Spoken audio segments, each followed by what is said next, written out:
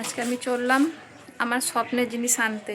তা যারা আমার ইউটিউবে ভিডিও দেখো তারা নিশ্চয়ই বুঝতে পেরেছো আমি কি আনতে চললাম। আমি কিন্তু ভীষণ ভীষণ হ্যাপি। তোমরা সবাই গেস করো কি আনতে চললাম। আর যারা আমার ফেসবুক ভিডিও দেখো তারা নিশ্চয়ই জানো না, আমি অবশ্য বলি নাই, তবে সবাই অপেক্ষা করো কিছুক্ষণ। চলো তবে যাওয়া যাক।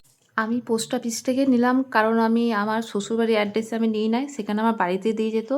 আর এটা আমি আমার বাবার বাড়ির অ্যাড্রেসে নিয়েছি, তো ওখানে অনেকবার পিয়ন দাদা শম্পা সিং বলেছে, তা কেউ বুঝতে পারেন, তো পোস্ট অফিস থেকে নিয়ে আসলাম। আর আমার হাতে এই জিনিসটা দেখেছো, মানে এটা হতে পারে সামান্য, সবার কাছে কাগজ ভাববে, সবাই বলবে ন্যাকামো করছো, কিন্তু বিশ্বাস করো এটা আমার কাছে বিশাল একটা দামি জিনিস আমার ইউটিউব থেকে পাওয়া।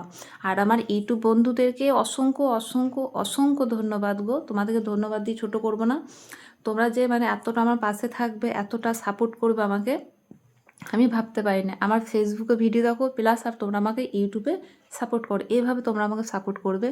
কিন্তু কি বলো তো, আমাকে নিজের লোকে না কোনো দিন একটা লাইক করে নাই। প্লাস আমার ইউটিউব জার্নিটা না অনেক কষ্ট ছিল, প্রচুর কষ্ট ছিল। এমনকি যখন আমি সোশ্যাল মিডিয়াতে নামি, এবার সঙ্গে সঙ্গে কেউ দেখবে সব কিছু পারে না, কিন্তু একটুখানি ভিডিও বানিয়ে নিলাম, শর্ট ভিডিও পোস্ট করো, মানে এত হাসি আমার মুখটা দেখে বুঝতে পারছো।